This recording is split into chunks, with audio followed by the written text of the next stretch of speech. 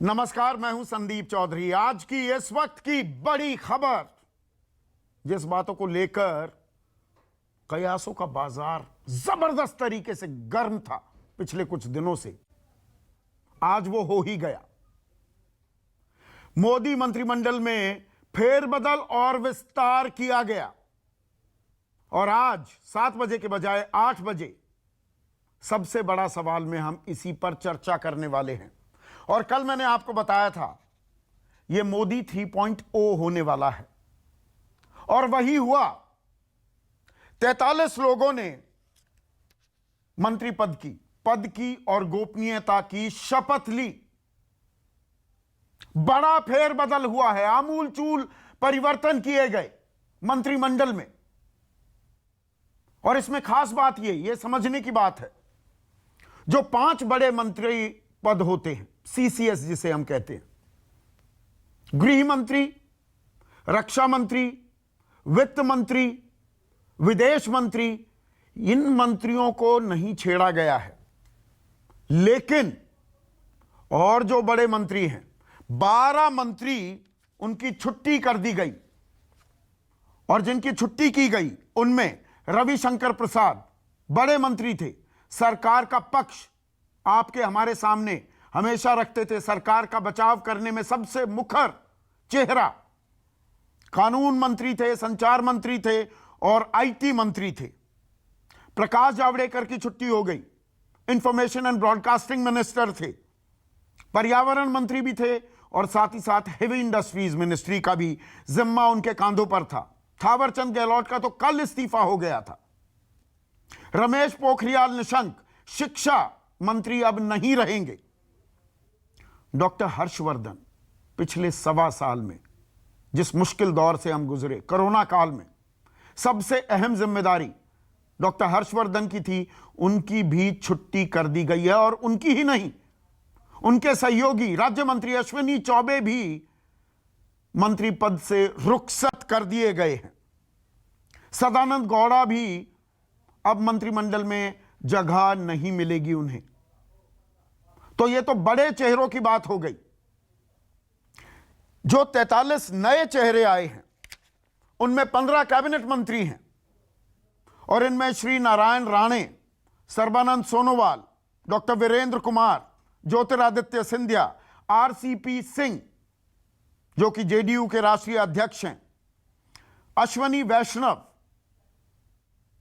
PS थे अटल बिहारी वाजपेयी के जब वो प्रधानमंत्री थे, राज्यसभा सांसद हैं, उड़ीसा से हैं, उनकी एंट्री हुई है। पशुपति कुमार पारस, किरण रिजिजू को प्रमोशन मिला है, आरके सिंह को प्रमोशन मिला है, हरदीप पुरी को प्रमोशन मिला है, मनसुख मंडाविया को प्रमोशन मिला है, भूपेंद्र यादव की एंट्री हुई है। संगठन पर मजबूत पकड़ थी इनकी, रणनीतिकार माने जाते हैं बीजेपी के। पुरुषोत्तम रूपाला, जी किशन रेड्डी जो गृह राज्य मंत्री थे और अनुराग ठाकुर वित्त राज्य मंत्री अब कैबिनेट मंत्री बनेंगे। पर इसमें सवाल ये, इतने बड़े फेरबदल का क्या अंदाजा लगाया जा रहा था?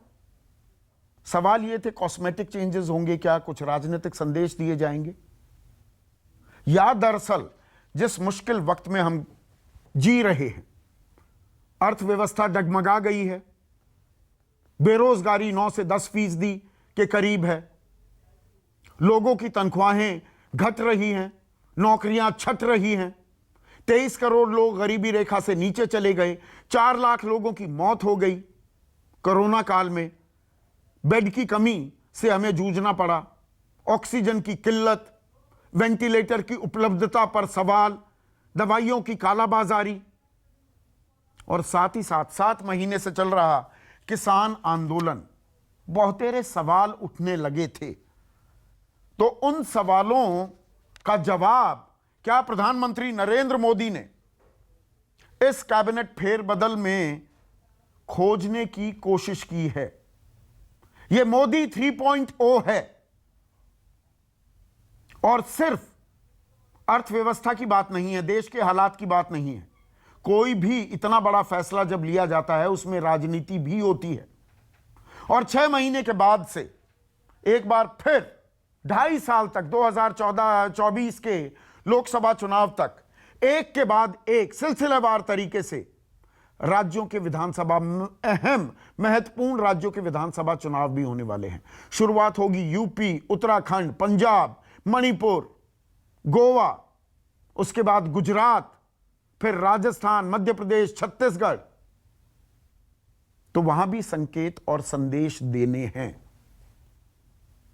तो यह कवायद राजनीतिक भी है और जो हालात हैं उन्हें और दुरुस्त करने की भी साफ कोशिश इस फेरबदल, इस विस्तार में देखा जा सकता है। ऐसे में आज का सबसे बड़ा सवाल, मंत्रिमंडल बदला, हालात बदलेंगे और मोदी कैबिनेट में सबका साथ सबका विश्वास।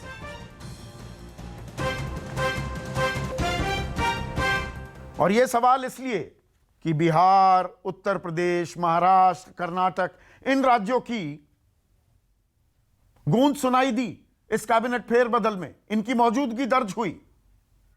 पर उत्तर प्रदेश में, पश्चिमी उत्तर प्रदेश की अनदेखी हुई है, हरियाणा से कुछ नहीं, राजस्थान में भी नीलबटे सन्नाटा, पंजाब से कुछ नहीं। और जब एससी, एसटी, युवाओं, महिलाओं को तरजीह देने की बात होती है, रिप्रेजेंटेशन देने की बात होती है, इस फेरबदल में कोई भी मुस्लिम चेहरा भी नहीं है। इस पर हम चर्चा करेंगे। मेरे साथ गोपाल कृष्ण अग्रवाल, बीजेपी के राष्ट्रीय प्रवक्ता, कांग्रेस की राष्ट्रीय प्रवक्ता डॉक्टर रागिनी नायक, वरिष्ठ पत्रकार संजय सिंह मेरे साथ हैं, संदीप घोष एक और वरिष्ठ पत्रकार, किसी परिचय के मोहताज नहीं, मेरे सहयोगी सुकेश रंजन मेरे साथ लगातार बने हुए हैं, और एक बेहद ही खास मेहमान, एडिटोरियल डायरेक्टर हैं द क्विंट और क्विंट हिंदी के संजय पुगलिया। तो संजय पुगलिया, यह जो विस्तार हुआ, इतना बड़ा विस्तार होगा, इसका क्या आपको अंदाजा था?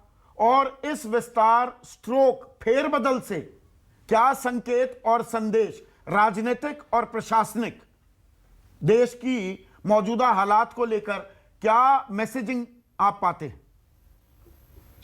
जी संदीप, इसका अंदाजा तो बिल्कुल नहीं था कि इतना बड़ा होगा, लेकिन अब हाइंडसाइट में देखें तो यह है कि जो मिड टर्म में आके रिफर्बिश करनी पड़ती है इमेज, ये उसके लिए एक जरूरी एक्सरसाइज हो गई थी पैंडेमिक वाली क्राइसिस के कारण भी, क्योंकि अब यहाँ आपको नैरेटिव बदलने के लिए जरूरी है कि आप कुछ करें। तो जहां मेडिकल साइंस में आपको दिक्कत आई, वहां पॉलिटिकल साइंस में आप A+ से पास होना चाहते हैं।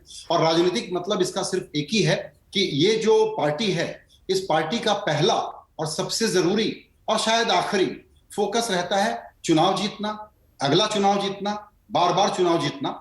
तो इसका जो सबसे बड़ा राजनीतिक मैसेज मैं देखता हूं वो बिल्कुल ये है कि अपना मंडलीकरण हमने कर लिया है, हम बैकवर्ड पार्टी हो गए हैं। हमको आप अपर कास्ट वाली पार्टी ना माने, हम आपको रियल रिप्रेजेंटेशन दे रहे हैं, ये दिखाने की कोशिश है, ये आभास क्रिएट करना है कि अब हम backward party, schedule caste party, extremely backward party हो गए हैं। इसका सबसे बड़ा मैसेज यही है। ये बात पार्टी और सरकार खुद भी बड़े जोर से कह रही है आज।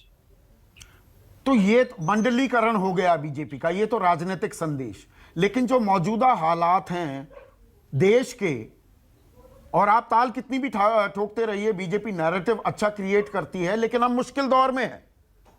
लोग परेशान हैं, आम आदमी परेशान है, डीजल पेट्रोल दोनों शतक लगा चुके हैं, बेरोजगारी एक बड़ी समस्या है, 9 से 10% की बेरोजगारी दर है, वो 13-14% भी गई थी। महंगाई, अगर हम थोक महंगाई दर की बात करें, 13 साल के सबसे उछले स्तर पर है। खुदरा महंगाई भी लक्ष्मण रेखा जो आरबीआई की है उसको पार कर चुकी है। तो जो मौजूदा हालात हैं उसको कितना एड्रेस करता दिखा है ये फेरबदल? इस फेरबदल से ये बिल्कुल पता नहीं चलता कि आप आर्थिक गवर्नेंस किस तरीके से करना चाहते हैं, क्योंकि जब तक उस प्रकार का कोई व्यक्ति न लाएं जिसके बारे में ये पता हो कि इसका इकोनॉमी को चलाने पर अप्रोच क्या है, तब तो हम कोई अनुमान लगा पाएंगे। लेकिन देखिए, यहां बहुत फर्क है। हम जिस लॉजिक से चलते हैं, यह सरकार उस लॉजिक से नहीं चलती है। यह सरकार कहती है कि इन्फ्लेशन पर कंस्टिट्यूएंसी में अगर मैटर करेगा तो वहां मैं कोविड के जवाब में हम बहुत सारा अनाज बांट रहे हैं ना, तो वेलफेयर स्कीम पर इतना ज्यादा जोर है और उसके कारण वोटर आउटरीच पर इतना ज्यादा भरोसा है कि हम जिस लॉजिकल फ्रेमवर्क में, अपने फ्रेमवर्क में इकोनॉमिक गवर्नेंस होते हुए देखना चाहते हैं, वैसा नहीं होता।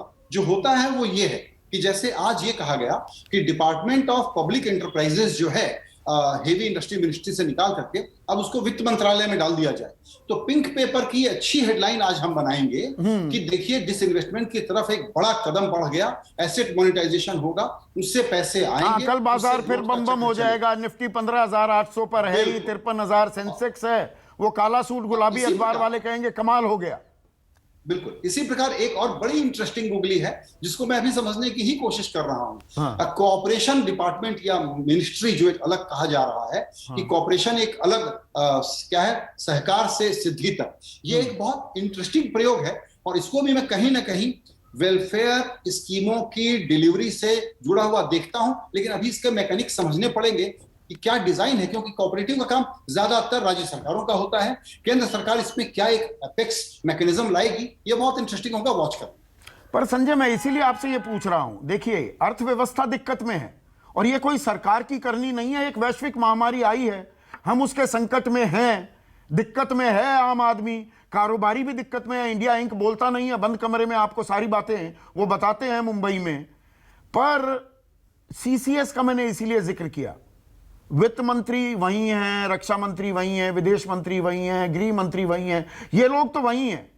गाज गिरती है रविशंकर प्रसाद, प्रकाश जावड़ेकर, थावरचंद गहलोत, शिक्षा मंत्री रमेश पोखरियाल पर, स्वास्थ्य मंत्री पर। तो दिक्कतें यहां थी, अर्थव्यवस्था सही है बिल्कुल। क्या यह संदेश या यह संकेत दिया जा रहा है, या हमें भरोसा है जिस राह पर हम चल रहे हैं अभी थोड़ी दिक्कत है पर 2-4 महीने में दिक्कतें हम पाट लेंगे? या 100 रुपए से ऊपर पेट्रोल जा रहा है जी, आमदनी ज्यादा कम हो गई, खर्चा ज्यादा है तो बनने दीजिए 100 रुपए। बहुत हुई पेट्रोल डीजल की मार, अब की बार मोदी सरकार का नारा भूल गए। वहां मंत्रालयों पर कोई गाज नहीं गिरती है।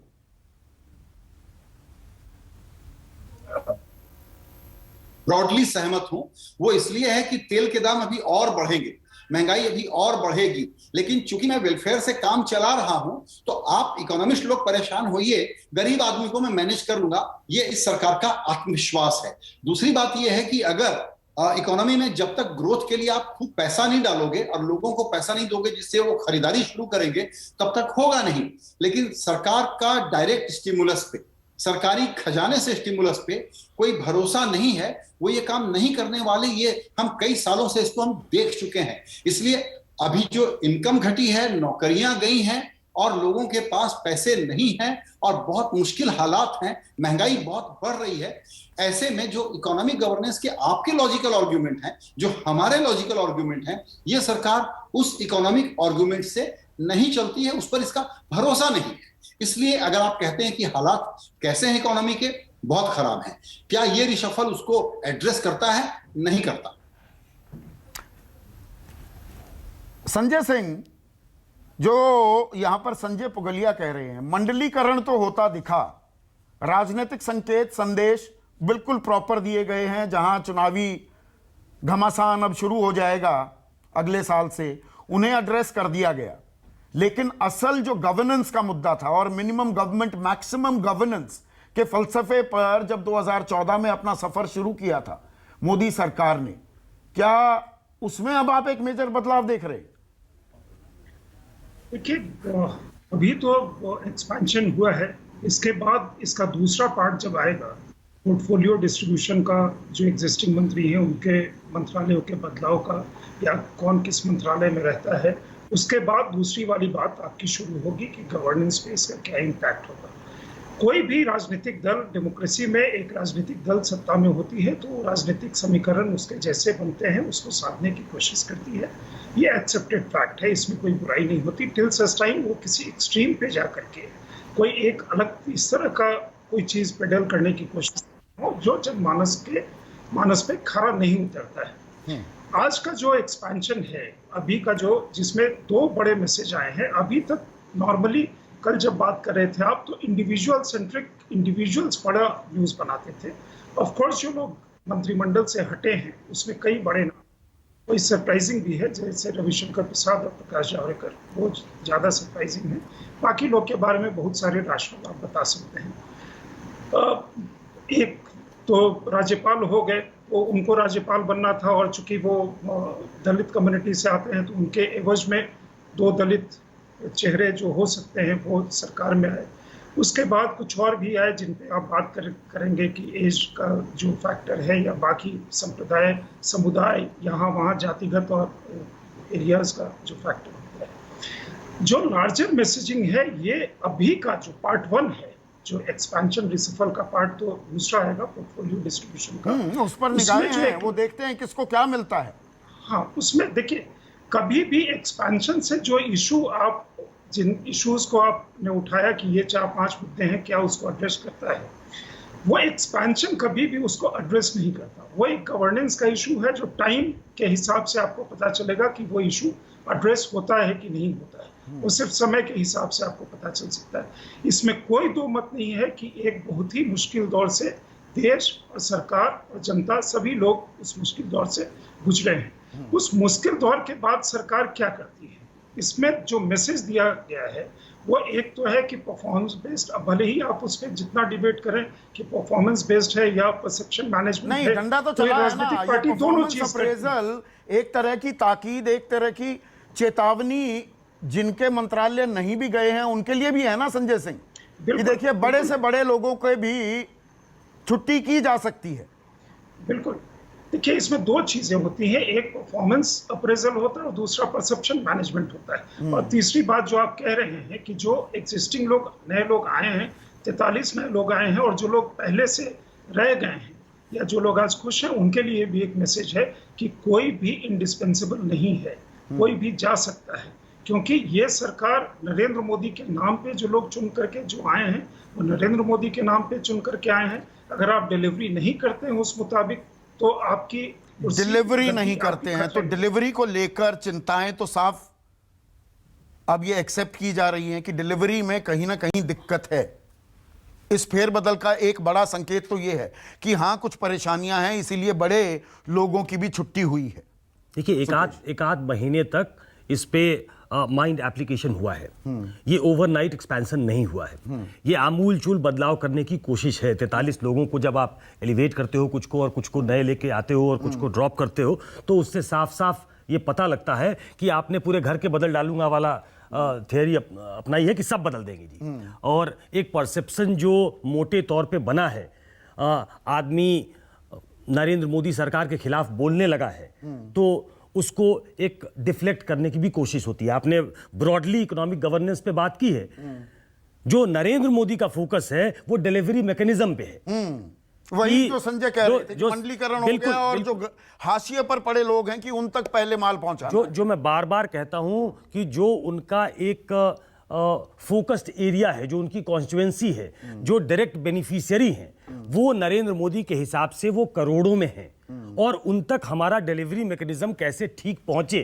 तो इसके लिए मैं कल भी कह रहा था कि सिर्फ ये रिजिक नहीं, आप इसको अगर 2 हिस्से में बांट दे, एक पॉलिटिकल कंसिडरेशन को देखें और एक दूसरा गवर्नेंस में। जैसे अश्वनी वैष्णव आते, अश्वनी वैष्णव कल तक कोई ये उम्मीद नहीं कर रहा था कि वो कैबिनेट मिनिस्टर के तौर पे शपथ लेंगे। जो मेरी जानकारी है कि जिस तरीके से वो इकोनॉमिक फ्रंट पे सलाह दे रहे हैं, बीजेपी दफ्तर में बैठ के उनको कहीं ना कहीं इकोनॉमिक मैनेजमेंट में लगाया जाएगा। मुझे नहीं मालूम कि वित्त मंत्रालय उनके पास होगा या कोई और मंत्रालय होगा, लेकिन उनको एक फोकस्ड एरिया दिया जाएगा ताकि कुछ नया ब्लड इन्फ्यूज कर सके। और इतना ही नहीं है, मैं एक और जानकारी आपको, मेरी जो जानकारी है कि सिर्फ जो बड़े लोग, हम कम चर्चा कर रहे हैं, अभी तक हमने चर्चा नहीं की हर्षवर्धन के जाने की। ये हर्षवर्धन का जाना नरेंद्र मोदी का एक तरीके से, और ये रागिनी नायक को एक नया शॉट इन द आर्म जिसको कहते हैं, तो हल्ला बोलेगा इस बात पर। अरे भाई, आपने इनको बलि का बकरा बना दिया, सब कुछ तो आपके हाथ में है। क्योंकि एक ब्रॉडली एक परसेप्शन ये है कि Narendra Modi runs the show, he rules the roost. तो ऐसे में आप अपने एक फॉल गाई ढूंढ लेते हो और आपने उसको गिरा दिया। सिर्फ ऐसा नहीं है कि ऐसे चार ट्विटर पांच के बड़े साथ आपकी जंग चल रही है, कानून मंत्री, आईटी मंत्री, आईएनबी मंत्री वो जा रहे हैं, ट्विटर को लेकर बवाल चल रहा था 1.5 महीने से। सिर्फ रविशंकर प्रसाद, प्रकाश जावड़ेकर, हर्षवर्धन, ये लोग तो इस्तीफा दे चुके हैं। मैं एक और जानकारी दे दूं, मेरी जो अपनी जानकारी है कि कई बड़े मंत्री और हैं जिनसे इस्तीफा ले लिया गया था। इस्तीफा ले लिया गया, इस्तीफा ले लेकिन लिया फॉरवर्ड गया था, नहीं किया लेकिन गया। प्रेसिडेंट के पास फॉरवर्ड नहीं किया गया। मतलब ये तलवार लटकी हुई है, सॉर्ड ऑफ डेमोक्रेसी। उनको ये मैसेज दिया गया है कि आप पे भी ये तलवार लटक सकती है, आप भी बाहर जा सकते हो। अभी फौरी तौर पे वो बच गए हैं या बचा लिए गए। तो कुल मिलाकर एक बड़े टाइट रोप पे सारे लोग चल रहे हैं और नरेंद्र मोदी ने अपने लिए एक नया मंत्रिमंडल तैयार किया है जो पॉलिटिकली 22 में 23 में उनको सूट करे और 2024 तक उनको पहुंचा दे। अब जो भी आप फेरबदल देख सकते हैं वो छोटा होगा, राज्यों के स्तर पे होगा, उनकी पॉलिटिकल कॉन्स्टिट्यूएंसी को सूट करने के लिए होगा, चाहे वो छत्तीसगढ़ हो चाहे वो राजस्थान हो, लेकिन एक इतना बड़ा फेरबदल अब आप देखने नहीं जा रहे हैं। तो नरेंद्र मोदी ने 2-3 चीजों पे इसमें काम किया है। शुरुआती जो नाम आपने देखे उनको कोई बड़ा रोल मिलने वाला है, जो बाद में आपने नाम देखे वो पॉलिटिकल कंसिडरेशन की वजह से है, और आने वाले दिनों में 22, 23 में, 24 में नरेंद्र मोदी को कैसे मजबूत करते हैं, वो 22-23 कैसे शेप करेगा, इस लिहाज से किए गए। संदीप, एक वो पुरानी कहावत है ना, good economics is bad politics and good politics is bad economics. तो पॉलिटिकल संदेश अच्छा गया है, आर्थिक संकेत क्या गया है इस फेरबदल का? देखिए, मेरे हिसाब से 2 संकेत गया है इसमें। एक पॉलिटिकल संकेत है, दूसरा है परफॉर्मेंस संकेत।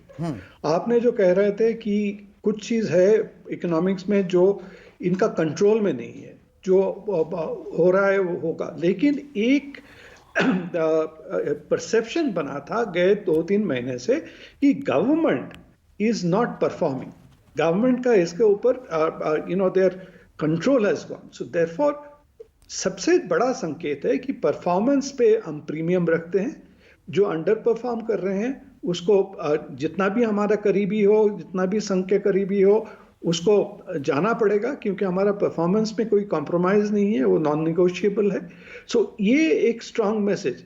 आगे जाके आप कोविड को भी कहां तक संभाल पाओगे या इकोनॉमी को कहां तक संभाल पाओगे वो दूसरी बात है, लेकिन गए 2-3 महीने में लगा रहा था कि गवर्नमेंट का कोई क्लू नहीं है कि किस तरह से कोविड को संभाले, किस तरह से इकोनॉमी को करे।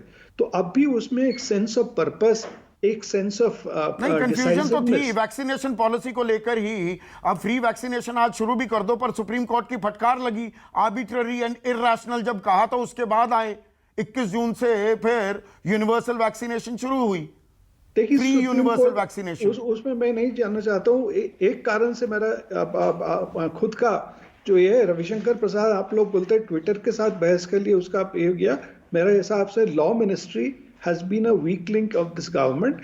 इसलिए law is a bigger thing. There is a lot of legal issues. नहीं, I get you what you're saying, Sandeep. तो law making was a problem या health ministry was a problem, finance ministry ठीक है, pick and choose किया गया है क्या बदलाव में? देखिए, हम लोग अभी जो बात कर रहे हैं, आपको आधा पिक्चर अभी तक नहीं है, पिक्चर अभी भी बाकी है, क्योंकि आप पोर्टफोलियो में क्या रद्द-बदल आएगा हम लोग को अभी तक पता नहीं है। पोर्टफोलियो में मेरा हिसाब से आप शायद Nirmala Sitharaman will not move from finance, but उसके नीचे आप देखोगे कुछ रिस्ट्रक्चरिंग हो सकता है। अनुराग ठाकुर को क्यों प्रमोट किया गया है, बाकी लोग क्यों आए हैं? तो आपका देखिए जो डिसइन्वेस्टमेंट मिनिस्ट्री है, जो कॉर्पोरेट अफेयर्स है, अभी इतना सारी चीज फाइनेंस के अंडर है, वहां पे आप देखोगे शायद कुछ रद्द बदल आएगा। और दूसरा मिनिस्ट्री में भी आप जो फेसेस चेंज होगा उससे एक परसेप्शन का, सो ये जो नेगेटिव भी जो देख रहे हैं ना हम लोग, जिसको बोलना नहीं चाहिए, निकाल दिया गया, अच्छा, उसको भी पॉजिटिव में चेंज करने के लिए आप देखोगे जो हेल्थ मिनिस्ट्री है वहां पे इस तरह का आदमी लाएंगे जो बोलेगा ठीक है अब भी हम यहाँ पे और डायनामिक यंग या स्पेशलिस्ट किस्म का आदमी ला रहे हैं। आपका लीगल में शायद भूपेंद्र यादव आएगा, आईटी में कौन आएगा वो आपको देखना पड़ेगा। तो ये अभी देखने वाली बात है। पर देखिए दरअसल क्या होता है, ये मंत्रिमंडल विस्तार, गोपाल बाबू, क्या इसकी नौबत, इसकी जरूरत इसलिए आई कि प्रधानमंत्री मोदी का करिश्मा तो बरकरार है, पर सरकार पर सवाल और तीखे और पैने होते जा रहे थे। इसीलिए ये कोई कॉस्मेटिक बदलाव नहीं है, ये आमूलचूल परिवर्तन है। मैं इसको मोदी 3.0 कह रहा हूं पूरी जिम्मेदारी से। ठीक है संदीप जी, अगर संजय पुगलिया जी ने एक बात कही है या संजय जी ने भी कही है कि अगर इतना बड़ा बदलाव होता है, संदीप जी ने शायद कहा था कि इतना बड़ा अगर बदलाव होता है तो बिना तैयारी के नहीं होता। और जब तैयारी करते हैं, महीने 2 महीने की तैयारी पूरी तरह से प्रधानमंत्री ने खुद व्यक्तिगत रूप से पूरा इंटरेस्ट लेके पूरा रिवैम्प किया, परफॉर्मेंस का इवैल्यूएशन किया, सब मिनिस्ट्री का कार्य देखा, आने वाले समय में जो बाकी मंत्रालय सीनियर मंत्री हैं उनके साथ डिस्कशन किया, पार्टी के अध्यक्ष और श्री जेपी नड्डा जी और बीएल संतोष जी के साथ व्यापक चर्चा की, और हमारे जो सहयोगी दल, घटक दल हैं उनके साथ भी चर्चा की। तो जब इतना बड़ा बदलाव होता है तो सारी चीजों को ध्यान में रख के किया गया, और ऐसा नहीं है कि केवल परसेप्शन मैनेजमेंट के लिए यह काम हो सकता है। नहीं, परेशानी में तो थी ना सरकार, उसी को तो एडरेस कर रही है इतने बड़े फेरबदल से। संदीप जी सुन लिया करो ना, इतना मैंने आपका 1.25 घंटे से मैं सुन रहा हूँ, अब आपको 2 मिनट में नहीं सुनना तो फिर क्या फायदा होता है? सुनाइए आप ही सुना दीजिए, मुझे बोल दीजिए, मैं आपके यहाँ पे श्रोता। अरे इतने परेशान क्यों हो गए? अभी तो मंत्रिमंडल बदला है, देश के हालात भी तो बदलने हैं। जाते हो, हाँ, आप परेशान हो जाते हो जब भी लॉजिक बात सुनना होती है तो आप बीच में टपक पड़ते हो। परेशान आप हो गए, मैं। अच्छा बताइए तो। इतना बड़ा जो बदलाव किया गया है, परसेप्शन मैनेजमेंट नहीं होता जिंदगी में। आज के देश में जब आप परसेप्शन मैनेजमेंट के लिए हर एक्टिविटी को बात करते हो ना संदीप जी, आप जनता का मजाक उड़ा रहे हो। आज हमारे देश में जनता बहुत समझदार है, जनता काफी ज्यादा एक्टिव है, सोशल मीडिया सब लोग एक्टिव है। परसेप्शन मैनेजमेंट अगर करना होता तो बहुत लोग सत्ता में आ चुके होते। परसेप्शन मैनेजमेंट से कुछ नहीं होता, ग्राउंड लेवल पे काम करना पड़ता है, तब आप परसेप्शन मैनेजमेंट कर सकते हो। आपका ग्राउंड में परफॉर्मेंस होगा तो आप उसको परसेप्शन के द्वारा, कम्युनिकेशन के द्वारा जनता तक पहुंचा सकते हो। तो इतनी बड़ा जो कार्य किया है, इतना सोच समझ के कार्य किया है, उसके अंदर भी अगर आपको कमियां नजर आती है तो जब इतना बड़ा सरकार चलानी है, इतने सालों से चलानी है, अभी और भी करनी है, इतने प्रदेशों में सरकार में है, तो कुछ कमियां तो होगी, नहीं तो रीति की, नहीं तो वो तो वही चलता रहे। नहीं तो वही तो सवाल होंगे ना। देखिए, मंडलीकरण शब्द का इस्तेमाल किया संजय पुगलिया ने कि ओबीसी, एसटी, एससी सबका ख्याल रखा है। पर मैं अब आप इस लिस्ट को देखेंगे, अच्छा सुन तो लीजिए, इस लिस्ट को देखेंगे तो बिहार को अच्छी खासी तरजीह है, उत्तर प्रदेश में चुनाव होने वाले हैं, महाराष्ट्र को भी जगह मिली है, कर्नाटक को भी मिली। लेकिन जो ये उत्तर भारत में पिछले 7 महीने से किसान आंदोलन हो रहा है, कोऑपरेशन की भी बात हो रही है कि कोऑपरेटिव सहकारिता की बात होगी, लेकिन पश्चिमी उत्तर प्रदेश, हरियाणा, राजस्थान और पंजाब नीलबटे सन्नाटा, यहां पर कोई प्रतिनिधित्व नहीं। ऐसा बात नहीं है, ऑलरेडी वहां पे जहां पे भारतीय जनता पार्टी की बहुत महत्वपूर्ण मौजूदगी नहीं है तो वहां पे व्यक्तियों को देखना भी मुश्किल होता है। लेकिन राजस्थान से ऑलरेडी है हमारे यहाँ, पश्चिम उत्तर प्रदेश से भी मंत्री हैं। ये जो कोऑपरेटिव मूवमेंट की बात की है, ये जो पब्लिक एंटरप्राइज की बात की है, और जो अर्थव्यवस्था को पूरी तरह से तेजी से आगे बढ़ाने के लिए जो टैलेंट और जो एफिशिएंसी और मैनेजमेंट गवर्नेंस की आवश्यकता है, उनको ध्यान में रखते हुए अवेलेबल लोगों में से सरकार ने, मोदी जी ने अच्छी तरह से चुनाव किया है। उसमें आप नहीं, कुछ इलाकों को छेड़ा ही नहीं। मेरा सवाल ये था, क्यों नहीं चुना? अगर यहाँ पे पंजाब में भारतीय जनता पार्टी का बहुत बड़ा लीडरशिप अगर नहीं है वहां पे आज के समय में, तो जिस तरह से व्यवस्था, जो व्यक्ति है जहाँ पे अवेलेबल, गवर्नेंस और अपने आप में केवल रिप्रेजेंटेशन देना, गवर्नेंस का मतलब केवल रिप्रेजेंटेशन देना नहीं होता। अच्छा। इसीलिए बैलेंसिंग की जाती है जब भी अच्छा, decision होता है, रिप्रेजेंटेशन देना मतलब नहीं होता, वो SC केवल ST नहीं होता। OBCs पे लागू होता है, मुसलमानों पर लागू नहीं होता। आप कहते हैं सबका साथ, सबका विकास, सबका विश्वास। इतने मैंने बड़े कहा फेरबदल इन में चीजों- मुस्लिम चेहरे की जरूरत नहीं तो महसूस केवल होती। केवल गवर्नेंस का मतलब अगर रिप्रेजेंटेशन होता तो फिर तो परसेंटेज रिप्रेजेंटेशन से बना दो सरकार। ऐसा नहीं होता, सब चीजों को बैलेंस करके जो बेस्ट ऑल्टरनेटिव मिलता है उसका सिलेक्शन ही प्रायोरिटाइज किया जाता है और यही महत्वपूर्ण है, यही निर्णय होता है। बिल्कुल। नहीं तो और कुछ क्योंकि दबाव वक्त की already दरकार fixed थी, चीजें हैं। वक्त का तकाजा था, आप मुस्कुरा रही हैं रागिनी नायक, तो ये आमूलचूल परिवर्तन किया है। जहां कमी महसूस हुई वहां पर चली है तलवार, डंडा चला है। इसे ही तो कहते आप हैं केवल सरकार exit को चलाना। देखना चाहते हैं। हाँ, एक मिनट, रागिनी नायक इनकमिंग स्क्रीन लोगों पर। को तो संदीप जी देख लीजिए कितना बड़ा टैलेंट, 43 लोगों का नया टैलेंट। टैलेंट पे भी आ रहा हूं, अभी talent। टैलेंट पे भी बात करेंगे, अरे पर तो आप उस एग्जिट को परफॉर्म उसी पे सारी डिस्कशन को करना रागिनी चाहोगे नायक ना? को स्क्रीन पर लाइए, PCR नहीं, रागिनी नायक। संदीप जी, मुझे लगता है आज सबसे बड़ा सवाल होना चाहिए कि अगर सरकार की नीति और नियत में खोट है तो सिपह सालार बदलने से क्या होगा। ओहो। अगर खराबी इंजन में है तो नए डब्बे लगाने या पुराने बदलने से क्या होगा। अभी कंसल्टिंग अब आप एडिटर की देखिए, जगह खाली नहीं है News 24 में, रागिनी नायक। मैं कोई बात नहीं, वही मैं आपको एडिटोरियल एक सुझाव पॉलिसी दे सकती डिसाइड हूँ। करने लगती हो, देखिए, छूटती। मोदी जी तो विपक्ष का और विशेषज्ञों की राय और सुझाव मानना चाहते नहीं है। हाँ। मैं आपको तो सुझाव दे सकती हूँ और मुझे पूरी इस बात का विश्वास है कि आप मेरा सुझाव सुनेंगे, स्वीकार करें ना करें अलग बात, हाँ, सुन लेंगे।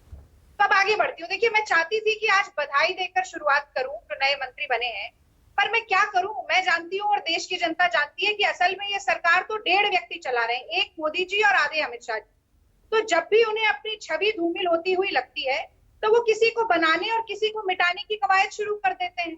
एक म्यूजिकल चेयर है, बार बार तमाम लोगों को घुमाया जाता है, पर एक कुर्सी रखी और आधा स्टूल।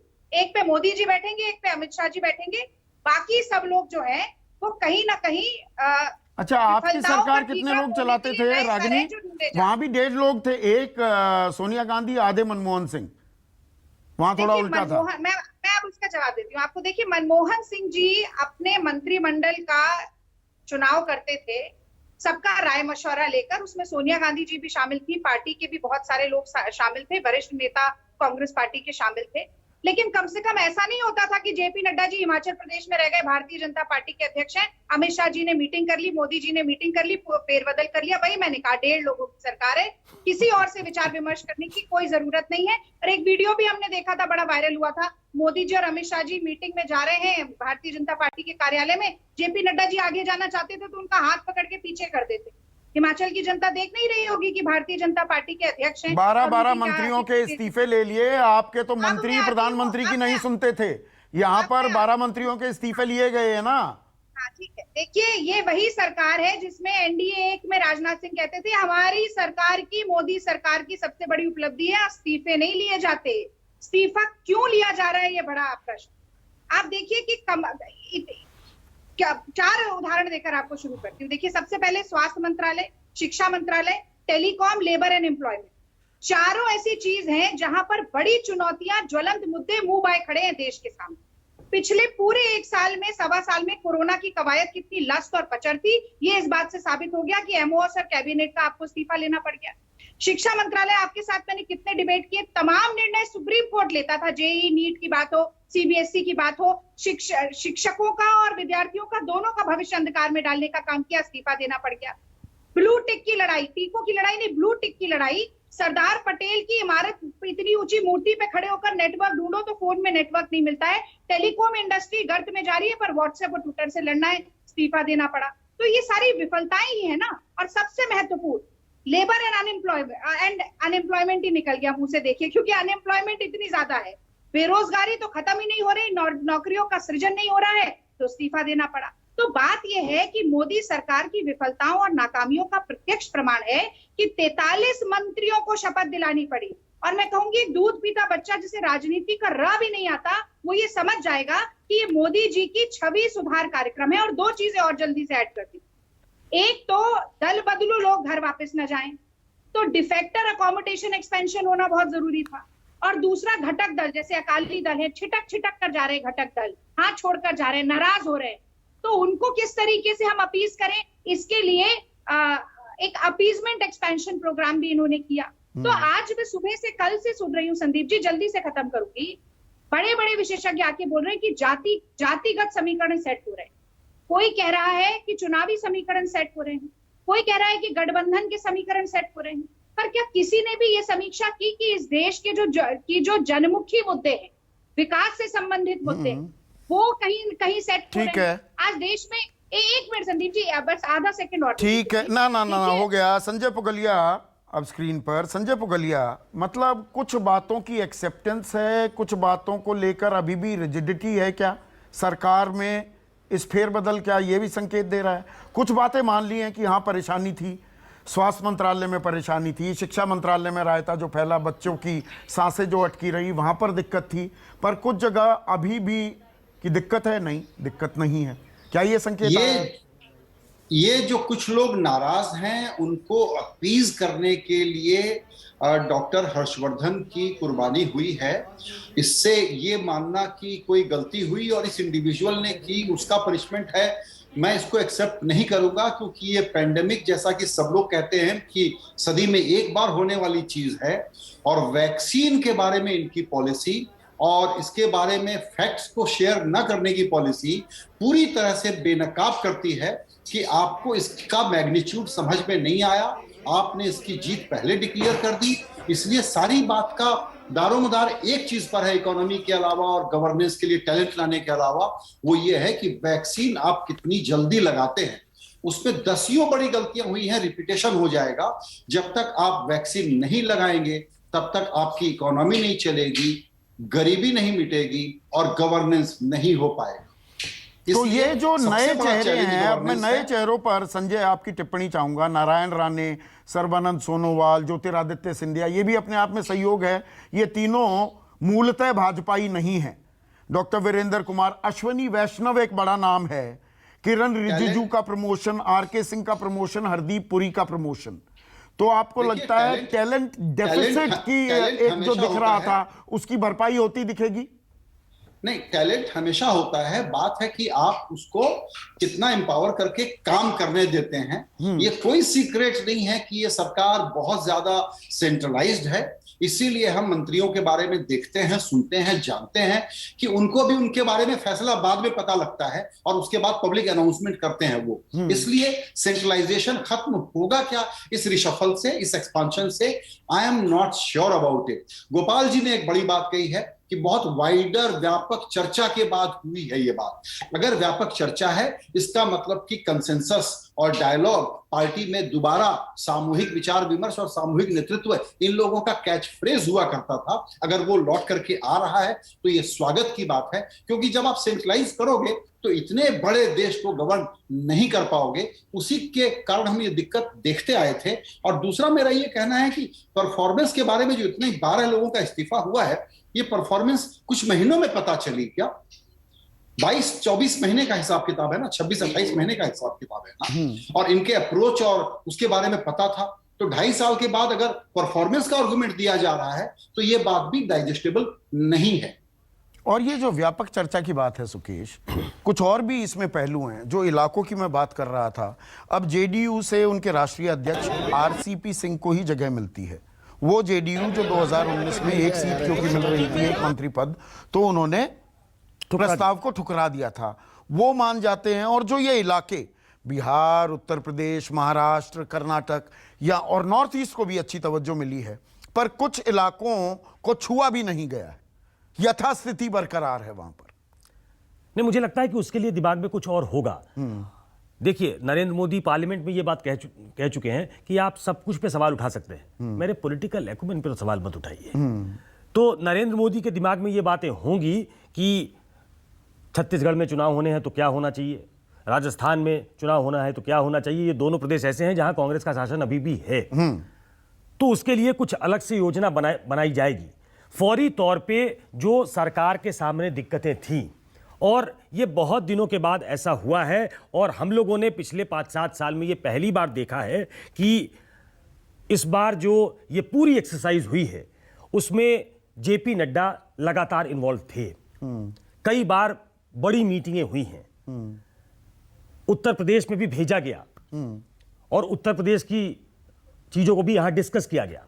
और उसके हिसाब से जो मैं कह रहा हूं कि ये जो पॉलिटिकल इसके जो फॉलआउट होंगे या पॉलिटिकल फॉलआउट की वजह से जो ये किया गया है कि मंत्रिमंडल में फेरबदल होना चाहिए, तो इस बार माइंड एप्लीकेशन हुआ है, संगठन की तरफ बैठ के विचार हुआ। आखिरी फैसला नरेंद्र मोदी लेंगे। मैं बार बार कहता हूं कि ये नियो बीजेपी है जिसमें नरेंद्र मोदी एक छत्र नहीं, ये तमाम बड़े उनका ये नेताओं है। का इस्तीफा लेना ये संगठन को मजबूती प्रदान करने के लिए है, या ये तो एक मतलब इसके अलावा और जवाब क्या देंगे, संगठन मजबूत करना है? देखिए, नरेंद्र मोदी की एक स्टाइल ऑफ फंक्शनिंग है और उस स्टाइल ऑफ फंक्शनिंग के तहत हुआ है कि हमने एक मिड टर्म अप्रेजल किया जैसे कॉर्पोरेट गवर्नेंस होता है, और उसमें यह कहा नहीं जाएगा, कहा जाएगा कि हमें संगठन में उनकी जरूरत थी, लेकिन कहीं ना कहीं ये बात नीचे तक फैलाई जाएगी संगठन के द्वारा कि नरेंद्र मोदी रूथलेस हैं। नरेंद्र मोदी जैसे आपने हर्षवर्धन का इस्तीफा ले लिया, फॉल गाई हर्षवर्धन बने। अब नैरेटिव ये सेट करने की कोशिश है कि दरअसल सेकेंड वेव आ रहा है, ये फ्लैग आउट कर रहे थे नरेंद्र मोदी, लेकिन स्वास्थ्य मंत्रालय सो रहा था। इसमें कि प्रधानमंत्री की छवि बेदाग रहे, बिल्कुल, प्रधानमंत्री की पेस इतनी तेज है, दूसरे संभाल नहीं पाते। यही मैं कहना चाह रहा हूं कि प्रधानमंत्री अगर की सेंट्रलाइज छवि से बट्टा- सरकार है तो प्रधानमंत्री की प्राथमिक जिम्मेदारी बन जाती है। बिल्कुल, लेकिन सेंट्रलाइज्ड गवर्नमेंट है, ये विपक्षी कहेंगे, नरेंद्र मोदी कहेंगे ये कलेक्टिव लीडरशिप है, बीजेपी कलेक्टिव लीडरशिप से चलती है। और जब हमने पाया कि कहीं कोई दिक्कत है तो हमने एक्शन भी लिया। गोपाल बाबू, मतलब ये एक बड़ा कन्वीनियंट प्लॉय है क्या कि प्रधानमंत्री की पेस को मैच नहीं कर पाए मंत्री, तो उनसे इस्तीफा लिया गया? मतलब देखिए, प्रधानमंत्री को पता होना चाहिए ना, जो संजय पुगलिया पूछ रहे हैं 26-28 महीने में अब पता लगा कि ये मंत्री पेस को मैच नहीं कर पा रहे थे। ये संदीप जी, ये तो इसलिए आप इस तरह का नरेशन की बात कर रहे हैं संजय जी, पुगलिया जी की मैं बात कहूं तो, क्योंकि आप बता रहे हो कि जो एग्जिट हुए हैं वो बैड परफॉर्मेंस के कारण हुए हैं। अच्छा, ये आपका एजम्पशन है केवल। मैं आपको एक चीज बताना चाहता हूं, जब भारतीय जनता पार्टी का नया संगठन का नड्डा जी ने बनाया था, तब भी तो बहुत व्यापक बदलाव हुए। इतनी बड़ी पार्टी है, इतना बड़ा संगठन है, उसमें जब तक नए लोगों को चेंज नहीं करोगे तो सबको कैसे चांस मिलेगा? कोई परिवार की पार्टी नहीं है, डेमोक्रेटिक है, हर आदमी का एस्पिरेशंस है, उसको स्थान चाहिए गवर्नेंस में, संगठन के साथ गवर्नेंस में भी चाहिए, उसको अलग अलग पोजीशन पे काम करना है, ग्रूमिंग करना है, नए लीडर्स को डेवलप करना है, आने वाले लीडरशिप के लिए डेवलप करना है। तो आप जब भी आप देखोगे व्यापक बदलाव होते हैं, व्यापक बदलाव सोच समझ के होते हैं, और जब तक जगह खाली नहीं होगी तो नए लोग कहां से ले आएंगे? बिल्कुल ठीक है, आप समझते हो, व्यापक 13 बदलाव के कर 13 रहे हैं, व्यापक चर्चा के बाद ये बदलाव किए गए हैं। रागिनी नायक, आप तो बदलाव ही नहीं कर पाते, अध्यक्ष ही नहीं चुन पाते अपना, 2 साल हो गए। दिया गया, लोगों ने खराब परफॉर्म किया, तब भी तो नए लोग आए थे। रागिनी नायक को स्क्रीन पर लाइए, पीसीआर। संदीप जी, मैं तो कल भी डिबेट में ऐसा ही हुआ, मैं तो गोपाल जी इतने सभ्य व्यक्ति हैं, पर होड़ लगी है भारतीय जनता पार्टी में अभद्रता करने की, तो वो भी इसी पे उतारू हो गए। बहरहाल देखिए, महत्वपूर्ण बात ये है कि उन्होंने कहा कि भाई देखिए, परफॉर्मेंस के हिसाब से थोड़ी हटाया जा रहा है, क्योंकि परफॉर्मेंस के हिसाब से हटाया जाता तो निर्मला सीतारमण को क्यों रखे रहते जब अर्थव्यवस्था का बंटाधार हो गया है? अनुराग ठाकुर को कैसे प्रमोशन मिल जाता? पेट्रोल डीजल 100 के पार पहुंच रहा है और लोगों के मुंह से निवाला चिंता जा रहा है। तो इसमें भी पता चलता है कि मोदी जी कितने अधिनायकवादी हैं। भाई, गृह मंत्री के ऊपर तो आंच आ नहीं सकती, चाहे चीन का अतिक्रमण बढ़ता रहे, डिफेंस मिनिस्टर के ऊपर कोई कार्रवाई नहीं की गई, चाहे पाकिस्तान के साथ रिलेशन कितने खराब होते रहे। तो मोदी जी जिसे चाहेंगे उसे निकालेंगे, जिसे चाहेंगे उसे रखेंगे। और एक तो बड़ा फेरबदल को अंजाम दे दिया है प्रधानमंत्री मोदी ने। 43 लोगों ने आज शपथ ली है, इसमें 15 कैबिनेट मंत्री हैं, 28 राज्य मंत्री हैं। अब मंत्रिमंडल बदल गया, जो मौजूदा हालात हैं वो कितने दिन में बदलेंगे, इस पर हमारी नजर रहेगी। अभी के लिए बस इतना ही, नमस्कार।